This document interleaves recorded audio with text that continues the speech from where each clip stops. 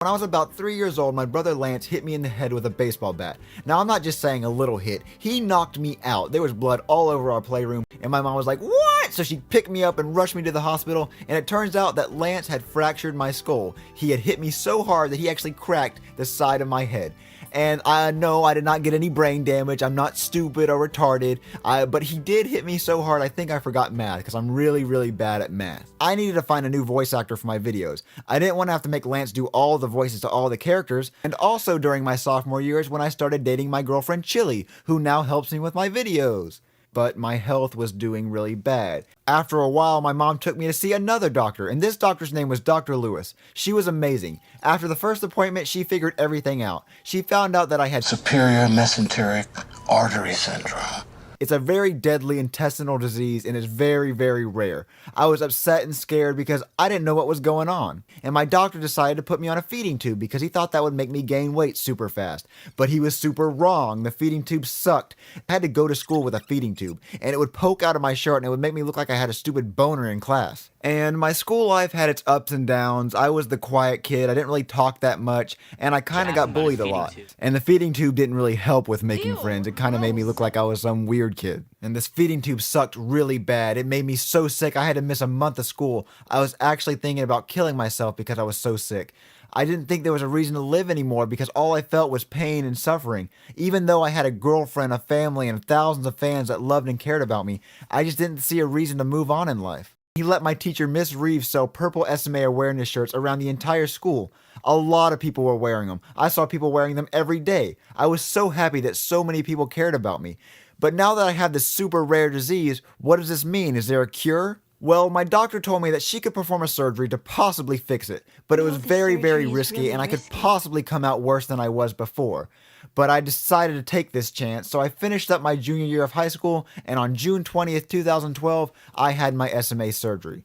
Now, random thing you might want to know, also on June 20th, I uploaded the series finale of Mario and Luigi's Stupid and Dumb Adventures, and I ended it in a way that if I were to die in surgery, the videos would constantly loop and you would always remember me. But I didn't die in surgery, yay! I really did not want to live anymore because at the time, I didn't know when I was going home. They said it could take weeks, it could take months, and I did not want to be in the hospital that long. But then I met this boy named Jamarcus. Now, I was 17 when I had this surgery, so I was still considered a minor, so I was in the kids' critical section of the hospital. So that means I was near the kids who had cancer and very horrible sicknesses. And Jamarcus was this kid who was about my age, and he had leukemia, and leukemia is a very bad incurable cancer. Anyway, Jamarcus had been in the hospital for about 2 years. Yes, 2 years without going home. So one day he came over and he talked to me and he told me about how he got diagnosed with cancer 2 years ago and how he just knew that one day he would get better and one day he would beat cancer, and he was so happy and excited about living life even though he was suffering with cancer, and even though he was stuck in this hospital for so long, he was just so glad to be alive. And I'm sitting here complaining about being here for like a 2 weeks so far, and I just felt really bad about myself. I didn't understand how someone could be so full of life even though they were given so much suffering. He told me how God is going to help me and him make it out of this hospital and we'd both live amazing lives. Jamarcus gave me hope and strength to fight and just to never give up.